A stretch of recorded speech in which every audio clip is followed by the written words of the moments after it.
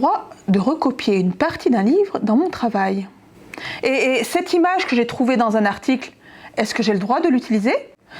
On me demande de faire une bibliographie à la fin du mémoire, mais comment ça s'organise exactement? Qu'est-ce que je dois mettre là-dedans? Ces questions, vous vous les êtes sans doute posées, ou alors vous allez très prochainement vous les poser lors de vos études. Que ce soit dans la rédaction d'un dossier, pour rendre un devoir, ou pour écrire votre mémoire, ou même une thèse, vous serez confronté à ces difficultés. Alors, plutôt que de vous laisser seul face à celles-ci, nous vous proposons d'apprendre ensemble comment les résoudre. On est toujours mieux ensemble que seul, n'est-ce pas? Et en plus, comme vous le verrez, il est possible de s'amuser avec ces notions en les tordant et les retordant dans tous les sens. Ce MOOC comprend 4 grands modules qui s'enchaînent de manière logique. Il est donc vivement conseillé de le suivre dans l'ordre proposé. Le premier module vous apprendra les principales règles du droit d'auteur, des droits voisins et du droit à l'image que vous devrez connaître et appliquer durant vos études. Ceci vous évitera de tomber dans le piège du plagiat, risque particulièrement redouté à l'université et sur lequel nous aurons l'occasion de revenir dans un deuxième module.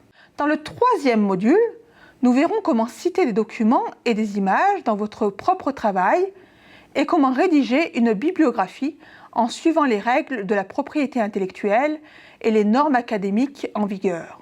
Enfin, vous apprendrez dans le quatrième module comment automatiser le processus de citation et de rédaction de la bibliographie en utilisant un outil de gestion de références bibliographiques nommé Zotero. Avec Zotero, si on a bien intégré les règles, c'est simple et ça va vite. Mais pour assimiler complètement toutes ces notions, nous allons jouer ensemble. Eh oui, jouer, vous avez bien entendu. Et c'est ce qu'on fait de mieux pour comprendre et retenir, non? Ainsi, à la fin du premier module sur la propriété intellectuelle, 2 jeux vidéo vous seront proposés que vous pourrez réaliser seul ou aussi à plusieurs. Le premier jeu, Party Right, porte sur les licences du droit d'auteur et le second, Duralex Sedlex, associe toutes les notions que vous aurez apprises précédemment sur la propriété intellectuelle et le droit à l'image. Après le module 2 sur le plagiat, vous serez invité à vous lancer dans de folles parties de Master Quiz. Et à la fin du module 3 sur la citation bibliographique, vous pourrez tourner les normes bibliographiques dans tous les sens avec le jeu To Be in the Norms. Au cours de ce MOOC, on va apprendre bien sûr, on va jouer, on va peut-être aussi rire et sourire. Mais à la fin, rien que du très sérieux. Vous aider à obtenir votre diplôme. Alors rentrez dans mon jeu et les jeux seront faits pour vous.